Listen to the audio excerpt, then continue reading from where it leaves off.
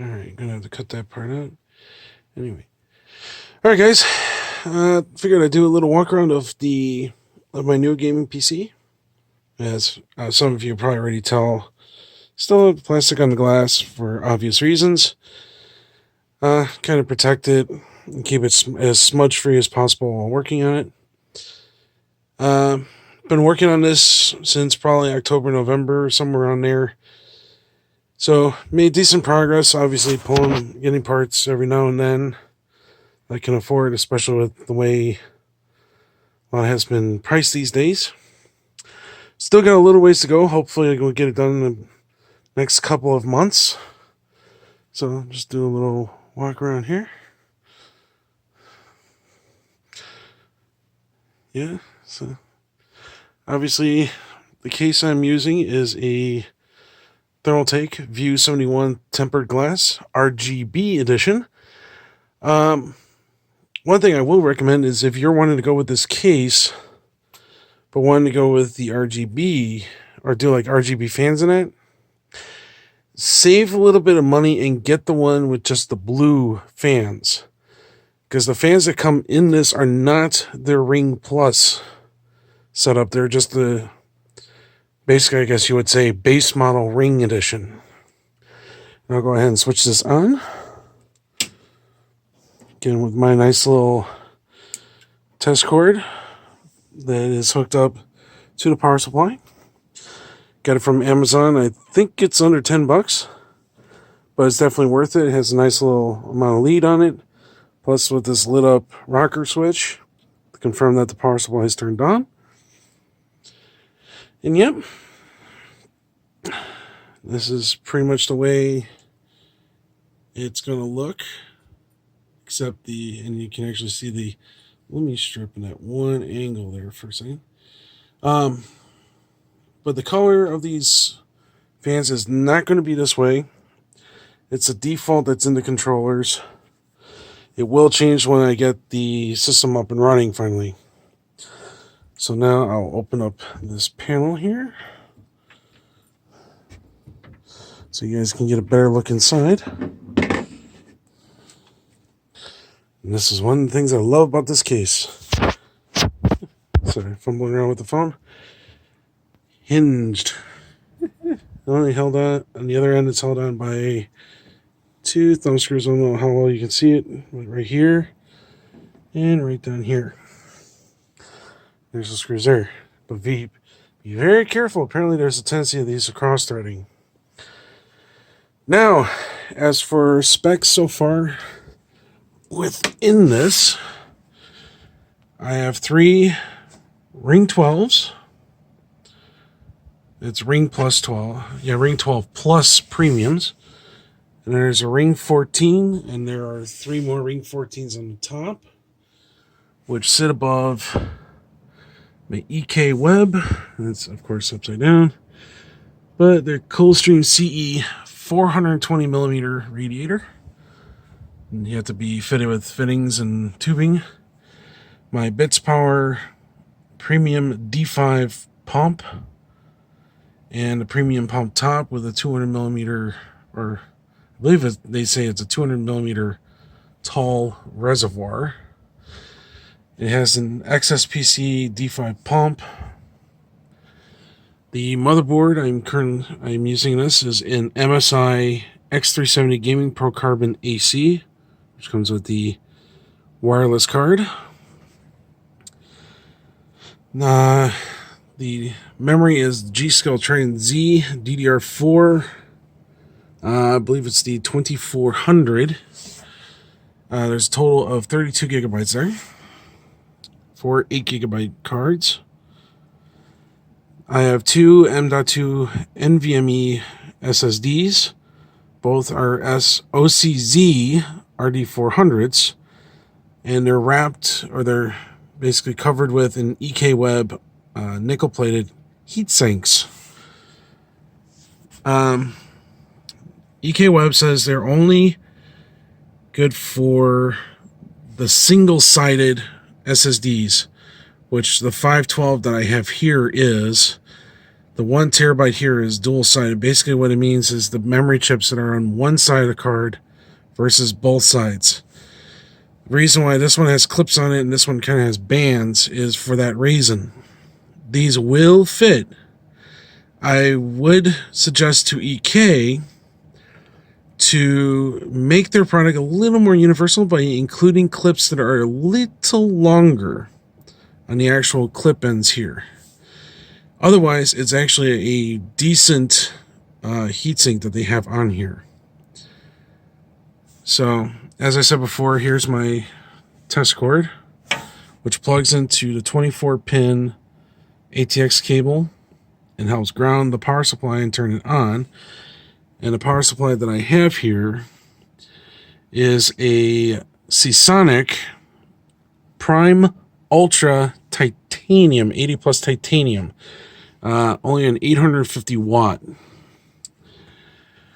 Yeah, and I still obviously have a graphics card to get, fittings and tubing.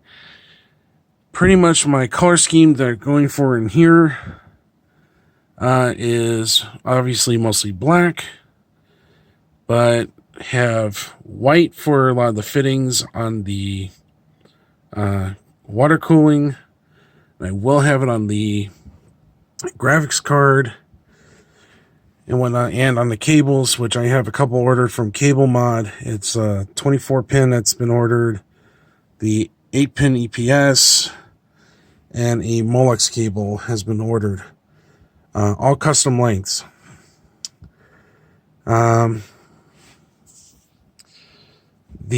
coolant is going to be blue, probably transparent. I am going to have an AM4 CPU water block on here, and the processor is a Ryzen 5 1600X. So, obviously, maybe down the line, probably be upgrading that and whatnot.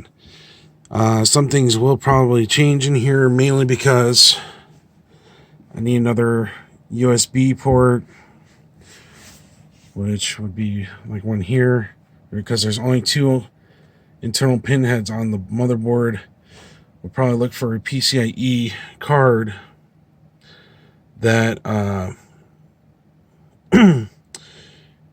either PCIe or a PCI card that is a USB controller, because I don't have any more USB 2.0 slots. I do have an additional 3.0, plus there's one up here, but I only need one for the front panel. I'm going to need to move the front panel connector for the case for the 2.0 to the controller, and have the fan controller connected right to the motherboard. But yeah, and I do have some bits power mounts in there. I kind of want to make this seem like it's floating and utilize on the mounting style on the side that would also double as a radiator mount, but don't need more than just one. Some people think maybe the 420 is a little overkill. The reason why I went with EK is because he actually had one that was thinner than most other companies out there. Thermaltake has a 420, but it's like 65 millimeters. I believe this is actually the thicker of the two from EK at 45. But it might be the thinner one. I want to say it's the thinner one because of being a CE, not an SE, but I could be wrong. But as of the last week, I will close this for right now. As of the last week, I did make quite a bit of headway. I still have some wiring that I have to organize up in this region here. I kind of want to open this side up to show what's going on, and kind of the reason why I want to make sure I organize things is obviously another 5mm thick panel of tempered glass. So depending on how I have this set up, people will see this side, which is obviously the business end for a lot of the cables. You can kind of see the Lumi strip through there. Not 100% sure on the location of that one. Might change it, might change the number of strips I use, yada yada yada.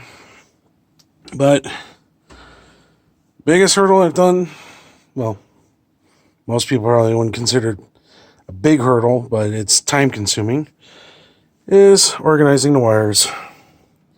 Kind of have it nice and tucked and neat.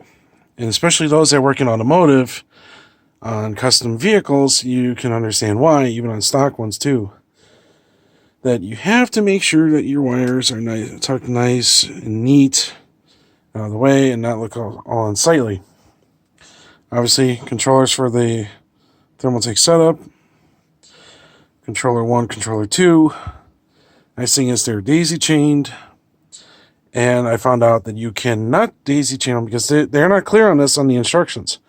You cannot daisy chain them with putting power to 1. You have to have each module powered, but you can daisy chain multiple ones together.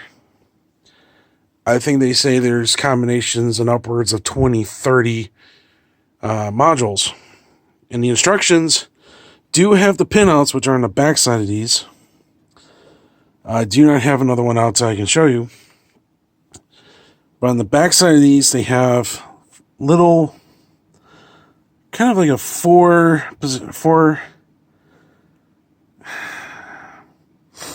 basically it's a 4 switch selector. And on the instructions, they have the combinations for the different number controller. Like 1 has them all one way, 2 has 1 a certain way, and then 3, so on and so forth. Now, not relying on just those two M.2s, I will have a 2.5-inch SSD here and a 3.5-inch mechanical here. And when those are in, then I'm going to get the cable ordered, the set of cable for those. And obviously when the graphics card comes in, get the PCIe cables for those. I still will use the factory cables from the power supply to use as a template to figure out how long or how short they need to be, and then submit an order on Cable Mod for their ModFlex line. But yeah, obviously not everything is 100% final. I'll still have the tabs on the zip ties to clip off. Kind of doing it at the end. But yeah, it's coming along quite nicely. Still obviously have a few things to get together. And I know it's probably some tech heads probably are yelling at me for not having the support behind the CPU, but I think it should be fine. There is a water block that's going to go in there. So I believe things should be fine. If it ends up not being, then I learned my lesson. Anyway. But yeah, that's pretty much the walk around so far. And I, again, do like the design. I especially agree with the gentleman from GGF Events on YouTube about how they styled the case. Now, up front here, you can fit 2 140 fans. To me, it just don't look right, because you got to have the 3 filling out the whole window. And again, you may not see it as easily because of the glass and the plastic still being on it. But there's actually a slant here to match up here. And the same thing down here, slant here to match here. And obviously a slant here. Now, when it comes to the panels, obviously, again, beauty of these side ones is that they're hinged. They actually engineered it to where this pin, the pin that lines into here, is longer than the bottom one. So you can align this pin first and then align the one down here. So yeah. Again, I probably said this before, but the fans will not be this color when I'm all said and done. Fans are going to be blue with a rotating white light when I can figure out the setting for it. But yeah. And obviously there'll be coolant flowing around. Still on the fence about the type, whether it be opaque or transparent, but it will definitely be blue. But yeah, white fittings, clear tube. The water block will be in RGB. So that'll be hooked up to the motherboard's RGB control, which is this cable here, plugged in there, but routed along the back. Again, will be organized when I get it done. But yeah, for all I know, I may not even need that cable. But yeah, that's pretty much the setup. Obviously, you still got the 2 hard drives, tubing, fittings, coolant, graphics card, cables. So yeah. Well, hope you enjoy, and if you enjoyed the video, you can always like, subscribe, and post a comment down below if you got any suggestions. Leave a comment and whatnot. So I will say this, and I just want to swap cameras if it will let me.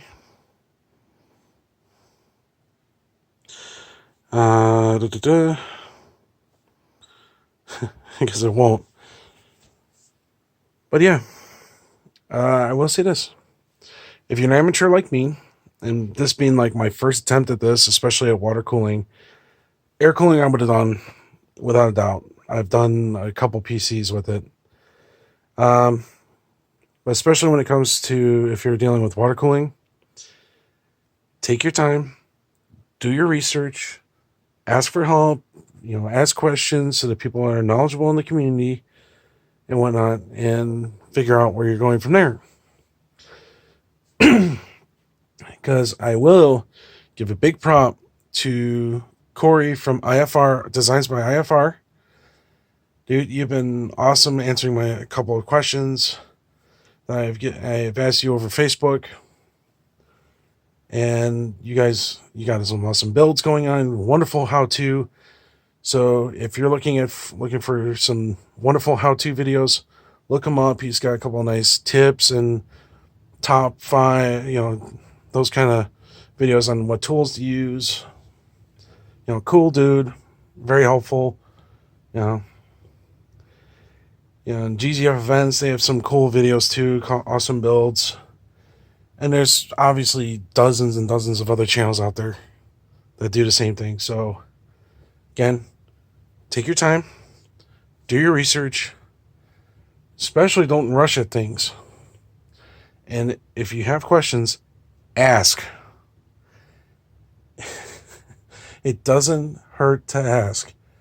And it's actually better that you ask questions than think you know everything and then find out you have a fatal flaw.